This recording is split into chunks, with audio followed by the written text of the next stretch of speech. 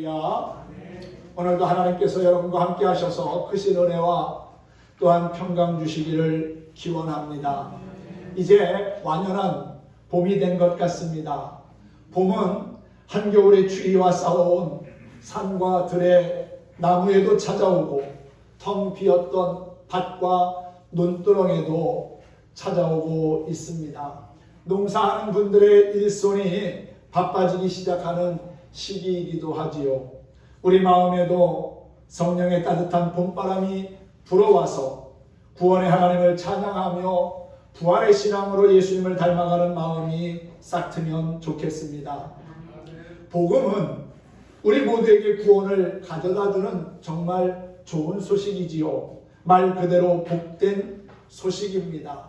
누구나 예수 그리스도를 믿으면 죄사함과 구원을 얻고 영생한다는 것입니다. 이 복음은 우리에게 예수 그리스도의 십자가와 부활의 사건을 소개하며 하나님의 크고 놀라운 사랑을 깨닫게 합니다. 예수님이 지신 십자가가 우리에게 주는 교훈을 깨닫고 또한 하나님의 크신 은혜와 사랑에 감사할 수 있는 저와 여러분이 되었으면 합니다. 오늘은 사순절의 마지막 주일이며 예수님이 예루살렘에 입성하신 날을 기념하는 종려 주일입니다. 어린 나귀를 타시고 예수님은 십자가에 달려 죽기 위하여 예루살렘에 입성하셨지요. 많은 사람들이 예수님의 예루살렘 입성을 환영하는데 종려나무 가지를 흔들면서 환영했기에 종려주일이라고 하고 있고요. 또한 호산나, 이제 우리를 좀 구원해 주십시오. 우리를 죄 가운데서 로마 사람들의 압제 속에서 이제 우리를 건져주셔서 자유케 하시고 해방케 하옵소서라고 하는 호산나를 외치며 주님을 영접했습니다. 그것을 기념해서 이제 종려주일이라고 하는 거지요. 우리 기독교에는 6개의 절기가 있습니다. 예수님의 탄생을 기다리는 강림절기가 있고요. 또 예수님의 태어나심을 축하하는 성탄절기가 있습니다.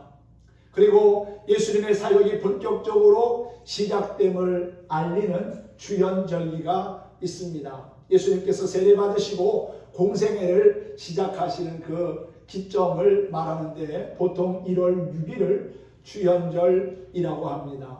그리고 우리가 지금 지키고 있는 사순절기가 있지요. 부활절 전까지 주일을 뺀 40일을 사순절로 지킵니다. 그리고 사순절이 끝나면서 부활절이 이어지고요. 부활절 이후에는 예수님께서 약속하신 성령을 기다리며 오순절날 마가의 다락방에서 기도하던 자들에게 임했던 성령 강림을 기념하여 지키는 성령 강림 절기가 있습니다. 이렇게 우리 기독교에는 6개의 절기가 있습니다. 그 가운데 특별히 종려주일은 제2의 수요일로부터 시작해서 부활절 전까지 6주 동안을 말하며 6째 주일에는 종려주일과 그리고 고난주간으로 이어집니다. 사순절은 개인의 영성 회복과 함께 예수님의 고난과 그리고 십자가의 죽으심을 기억하며 회개와 절제 또한 경건된 생활을 하면서 주님을 닮아가는 기간이라고 할 수가 있습니다. 이 시간 십자가를 질 수 있나? 라고 하는 제목으로 함께 은혜 나누기를 원합니다. 예수님께서는 예루살렘으로 올라가실 때에 가이사라 빌립보라고 하는 지방을 지나게 되었습니다. 이제 십자가를 앞두신 예수님은 제자들의 믿음을 다시금 확고하게 해줄 필요성을 느끼시고 그들에게 질문을 하시지요. 사람들이 나를 누구라고 하느냐라는 질문에 제자들이 제각각 자신들이 들었던 이야기들을 합니다. 어떤 사람은 예수님을 세례요한과 같다고 말하는 사람도 있습니다. 더러는 엘리야라고 하는 사람도 있고요. 예레미야라고 하는 사람도 있습니다. 구약에 나오는 선지자들 가운데 한 사람이라고 말하는 이들도 있습니다. 그러나 예수님이 다시 묻습니다. 그러면 너희들은 나를 어떻게 생각하느냐? 나를 누구라고 여기느냐? 그 질문에 베드로가 주는 그리스도시요 살아계신 하나님의 아들이십니다 라고 대답을 합니다. 이 대답을 들으신 예수님 매우 기뻐하셨고 흡족해 하셨습니다. 그리고 시몬에게 칭찬과 축복의 말씀을 하셨지요. 오늘 본문 말씀 가운데 17절입니다. 뭐라고 복을 주십니까? 바요나 시몬아 내가 복이 있도다. 이를 내게 알게 하니는 혈육이 아니요 하늘에 계신 내 아버지시니라. 또 내가 내게 이르노니 너는 베드로라. 내가 이 반석 위에 내 교회를 세우리니 음부의 권세가 이기지 못하리라. 내가 천국 열쇠를 내게 주리니 내가 땅에서 무엇이든지 매면 하늘에서도 매이고 내가 땅에서 무엇이든지 풀면 하늘에서도 풀리리라 하는 말씀을 하셨습니다. 그리고 나서 예수님은 비로소 자신이 예루살렘에 가면 고난을 당하고 십자가의 죽임을 당할 것을 말씀하셨지요. 21절입니다. 이때로부터 예수 그리스도께서 자기가 예루살렘에 올라가 장로들과 대제사장들과 서기관들에게 많은 고난을 받고 죽임을 당하고 제3일에 살아나야 할 것을 제자들에게 비로소 나타내셨다고 했습니다. 그런데 여기서 문제가 발생하지요. 예수님의 말씀을 들은 베드로가 성급하게 주님의 길을 가로막은 겁니다. 22절에서는 예수님을 붙들고 항변하였다는 말씀이 나옵니다. 항변이라고 하는 말은요, 어떤 일을 부당하다고 여겨 따지거나 반대하는 뜻을 주장하는 겁니다. 안 된다, 그렇게 할 수 없다는 아주 강한 표현이 항변입니다. 주여 그리하지 마옵소서. 이 일이 결코 주님께 미치지 아니할 것입니다. 이 말 속에는 베드로가 목숨을 바쳐서라도 주님께 절대로 그런 일이 일어나지 않도록 하겠다고 하는 강한 결심이 들어있는 듯하지요. 그러나 베드로의 이 같은 생각은 예수님의 사역을 제대로 알지 못한 영적 무지에서 나오는 것입니다. 예수님은 그런 베드로를 책망하셨습니다. 사탄아, 내 뒤로 물러가라. 너는 나를 넘어지게 하는 자로다. 네가 하나님의 일을 생각하지 아니하고 도리어 사람의 일을 생각하는도다 그랬어요. 하나님의 일이 우선인데 사람의 일을 생각하고 또한 그렇게 예수님으로 하여금 하지 못하게 막고 있는 베드로의 잘못을 지적하고 계신 거지요. 그리고 나서 예수님은 제자들에게 바른 제자의 길이 무엇인지를 가르쳐 주셨습니다. 제자가 가야 할 길이 어떤 길입니까? 바로 십자가의 길입니다. 오늘 24절에 보면 예수님은 제자들에게 이렇게 말씀하고 있지요. 누구든지 나를 따라오려거든 자기를 부인하고 자기 십자가를 지고 나를 따를 것이니라 그랬어요. 십자가를 지는 것만이 우리가 주님을 바르게 알고 주님의 참 제자가 되는 것이라는 사실입니다. 그렇습니다. 십자가를 지는 것만이 하나님의 뜻대로 살 수 있는 길이고 또한 영생으로 가는 길이 됨을 믿으시기 바랍니다. 예수님이 십자가를 지고 골고다로 향하실 때 예수님의 십자가를 대신 짊어진 사람이 있었습니다. 그 사람이 누굽니까? 알렉산더와 루포의 아버지인 구레네 사람 시몬입니다. 시골에서 올라오다가 우연히 예수님이 십자가를 지고 골고다를 향하여 올라가는 모습을 보게 되었고 그 현장에 있었어요. 로마 병사가 이 시몬을 지적하고 그에게 십자가를 지고 골고다를 향하여 올라가게 합니다. 마가복음 15장 21절에 보면은 구레네 시몬은 자신이 자원하여 십자가를 진 것이 아니라 억지로 졌다고 했습니다. 하여간에 예수님은 십자가를 지고 골고다를 향하여 올라가다가 몇 번 넘어지셨는데 그 무거운 십자가를 구레네 시몬이 대신 짊어지고 함께 올라갔다는 사실입니다. 또한 예수님이 십자가에 못 박히실 때 갈보리 산상에는 3개의 십자가가 서 있었습니다. 예수님과 다른 두 강도가 함께 십자가에 못 박혀 죽었기 때문입니다. 어떤 사람들은 그 3개의 십자가를 보면서 이렇게 말했습니다. 양쪽 두 강도의 십자가는 인간의 윤리와 법도에 너무 미달돼서 죽은 사람들이고, 가운데 십자가는 보통 인간의 윤리나 법도보다 너무 높아서 사람들이 시기하여 죽인 십자가라고 했습니다. 일리가 있는 얘기가 아닌가 생각이 됩니다. 사람들은 예수님이 예루살렘에 올라가시면 새로운 세상이 열릴 줄 알았습니다.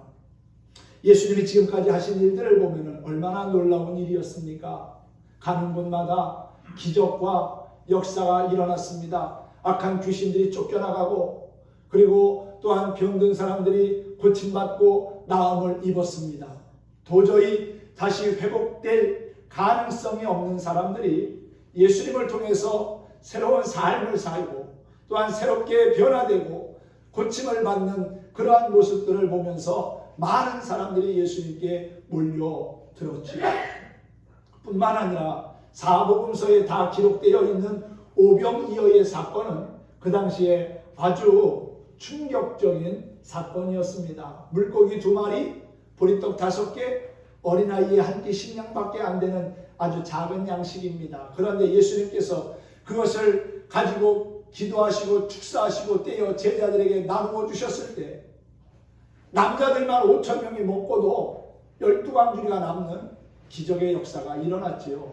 아마 이 오병이어의 사건을 경험하고 목격한 사람들, 또한 그들의 입에서 입으로 전달되면서 예수님의 소문은, 또한 예수님의 가치는 더 사람들에게 많이 인식되었고 올라갔을 거라고 생각이 되어집니다. 그 놀라운 기적과 능력을 행하시는 예수님, 이제 예루살렘에 올라가기만 하면 로마 사람들을 다 몰아내고 새로운 메시아 왕국을 세울 것이라고 하는 확신이 제자들에게는 있었던 것이지요. 그래서 예수님이 왕이 되신다면 자신들도 3년 동안이나 예수님과 함께 생활하며 예수님을 도왔기에 높은 권력과 명예와 지위를 얻을 것이라는 생각을 한 겁니다. 그런데 예수님이 내가 예루살렘에 올라가서 왕이 될 터이니 이제 너희도 기뻐할 일만 남았다, 그렇게 말씀한 것이 아니라 예루살렘에 올라가면은 고난받고 죽는다는 얘기를 하니까 제자들 입장에서는 이해할 수가 없는 일이었다는 것이지요. 한참 예수님의 인기가 하늘을 향하여 올라가고 있는데 왜 그런 말씀을 하시는지 알 수가 없었습니다. 그러면서 우리가 져야 할 자기의 십자가가 있는데 그것을 지고 주님을 따라야 진정한 제자라고 말씀하십니다. 먼저 예수님은 죄와 사망의 법 아래에서 탄식하는 인류를 구원하기 위하여 십자가를 지셨습니다. 우리가 잘 아는 이사야서 53장의 말씀, 그가 찔림은 우리의 허물을 인함이요 그가 상함은 우리의 죄악을 인함이라. 그가 징계를 받음으로 우리가 평화를 누리고 그가 채찍에 맞음으로 우리가 나음을 입었도다. 인류의 죄를 위해 돌아가신 예수님의 고통에 대한 예언의 말씀 아닙니까? 그래서 십자가는요, 교회의 상징이 되었고 또한 구원의 증표가 된 것입니다. 주님께서 십자가를 지심으로 우리가 아직 죄인 되었을 때에 그리스도께서 우리를 위하여 죽으심으로 하나님의 사랑을 확증하셨다는 것이지요. 로마서 5장 8절의 말씀이었습니다. 십자가가 우리를 죄에서 구속하고 영원한 생명으로 나아갈 수 있는 길임을 주님께서는 확인시켜 주신 겁니다. 결국 십자가를 통해서 우리는 죄사함과 구원의 은총을 입게 되었다는 사실이지요. 그래서 십자가는 기독교인의 상징이 된 것입니다. 그리스도인의 상징은 모세가 체험했던 불타는 가시덤불이 아닙니다. 또한 장대에 높이 매달렸던 구리뱀도 아닙니다. 또한 십계명이 새겨진 2개의 돌판도 아닙니다. 그렇다고 요한계시록에 나오는 7 기둥이 있는 촛대도 아닙니다. 기독교의 상징은 십자가입니다. 우리가 평생 바라보고 의지하며 자랑해야 할 것도 역시 십자가인 줄로 믿습니다. 갈라디아서 6장 14절에서 사도 바울은 이렇게 고백했습니다. 내게는 우리 주 예수 그리스도의 십자가 외에 결코 자랑할 것이 없다고 말이지요. 예수님이 지신 십자가는 저와 여러분의 죄에 대한 하나님의 심판이며 구속의 은총입니다. 또한 부활과 영생에 대한 보장입니다. 그래서 십자가는 인류에 대한 구원의 가장 강력한 메시지라는 사실입니다. 강도한 사람은 자기 구원의 십자가를 졌습니다. 로마서 6장 23절에 보면은 죄의 삭은 사망이요 하나님의 은사는 그리스도 예수 우리 주 안에 있는 영생이니라 그랬어요. 예수님과 함께 십자가에 못 박힌 왼편의 강도는 자기 죄에 대한 마땅한 형벌의 십자가를 졌습니다.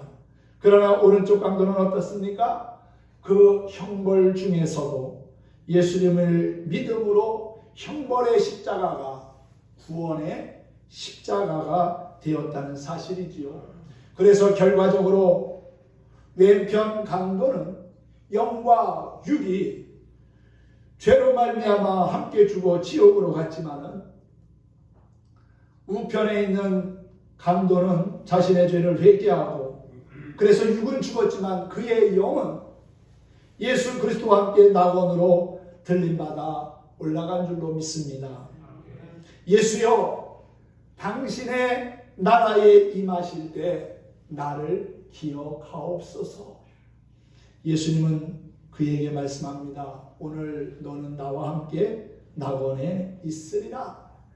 예수님이 구원의 확증을 보여주신 겁니다. 구원의 보장을 확증해 주신 것이지요. 그래서 이것은 운명하기 전이라고 예수님을 시인하고 믿으면 그 영혼이 구원을 받을 수 있는 근거가 되었습니다.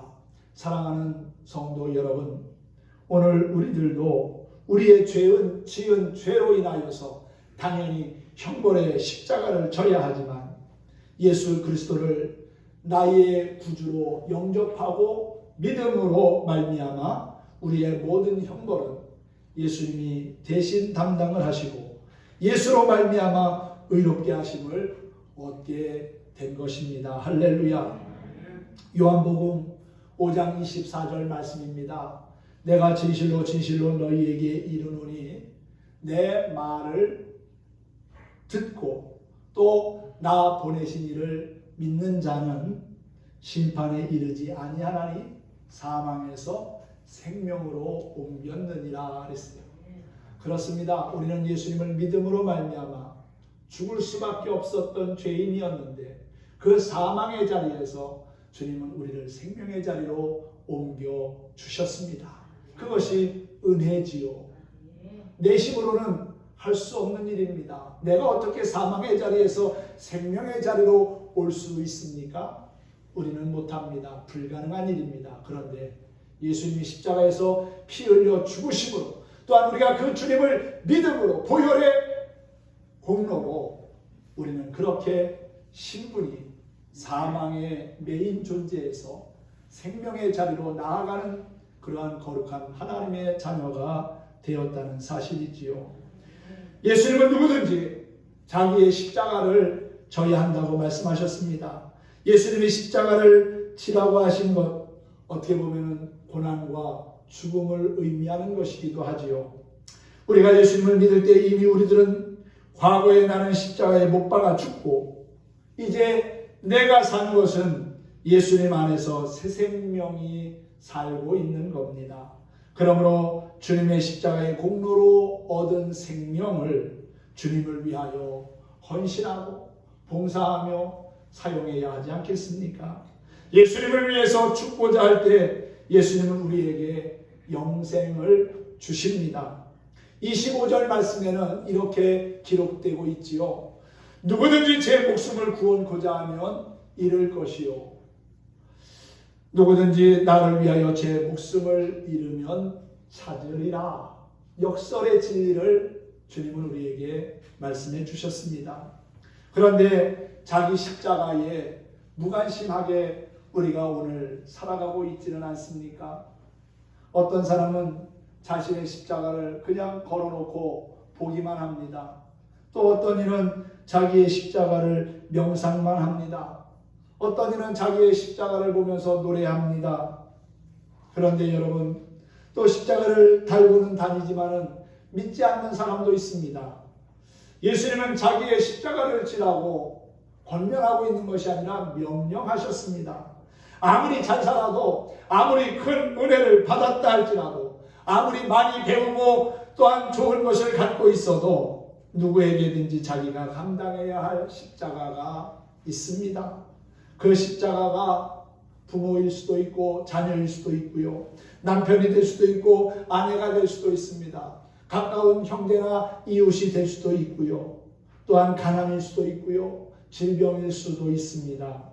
어떤 형태의 십자가라도 그것이 하나님이 내게 주신 십자가라면 져야 하고, 또한 내게 주시는 잔이라면 마셔야 합니다.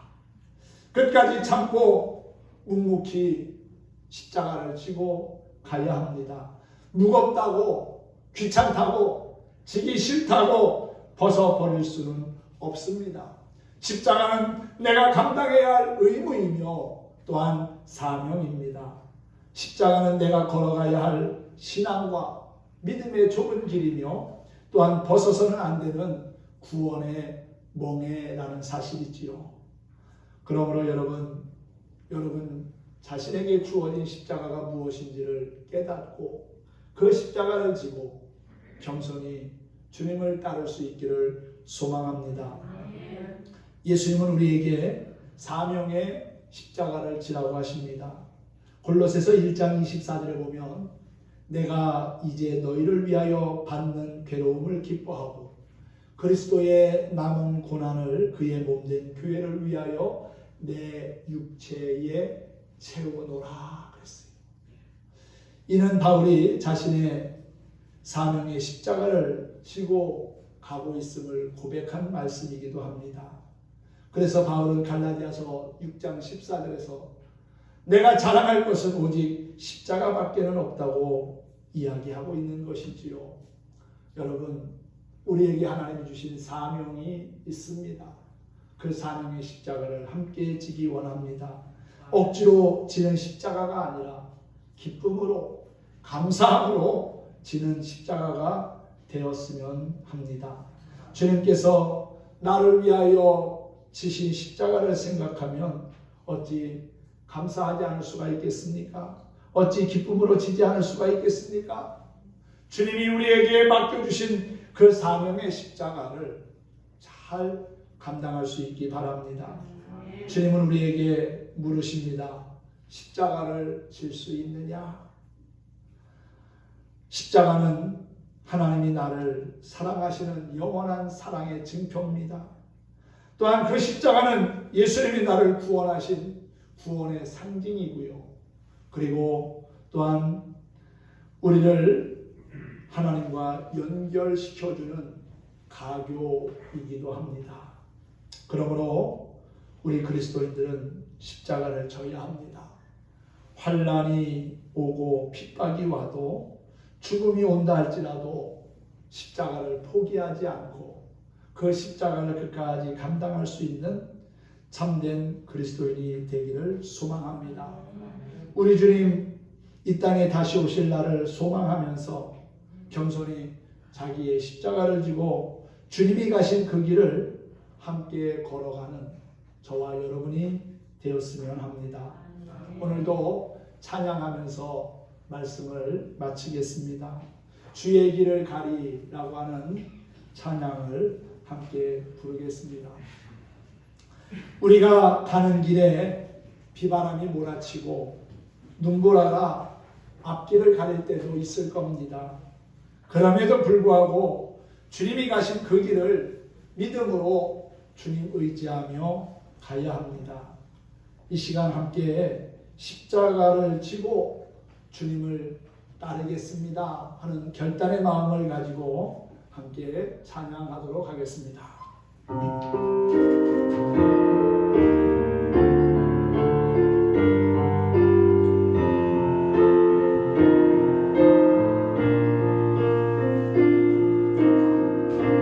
비바람이 갈 길을 막아도 나는 가리 주의 길을 가리 눈보라가 앞길을 가려도 나는 가리 주의 길을 가리 이 길은 영광이 이 길은 승리의 길 나를 구원하신 주님이 십자가 지고 가신 길 나는 가리라 주의 길을 가리라 주님 말자지 나라 나는 가리라 나는 가리라 주의 길을 가리라 주님 말자지 나라 나는 가리라 험한 파도 앞길을 막아도 나는 가리 주의 길을 가리 오진 바람 앞길을 가려도 나는 가리 주의 길을 이 길은 평안의 길, 이 길은 생명의 길, 나를 구원하신 주님이 십자가 지고 가신 길 나는 가리라 주의 길을 가리라 주님 말자지 따라 나는 가리라 나는 가리라 주의 길을 가리라 주님 말자지 따라 나는 가리라 아멘. 예, 그렇습니다. 주님은 오늘 우리에게 묻습니다. 십자가를 질 수 있느냐? 이 물음 앞에 여러분은 어떤 답변을 하시겠습니까? 온갖 장애물과 문제가 내 앞길에 있을지라도 낙심하지 말고 나를 구원하신 주님이 십자가 지고 가신 그 길을 따를 수 있기를 바랍니다. 그 길은 분명 영광의 길이고 또한 승리의 길입니다. 비록 아픔과 고난도 있지만 분명한 사실은 구원의 길이고 영생의 길이라는 사실이지요. 주님의 발자취를 따라 나의 십자가를 지고 온전히 주님을 따르는 신실한 하나님의 사람들이 다 될 수 있기를 예수님의 이름으로 축원합니다. 축복합니다.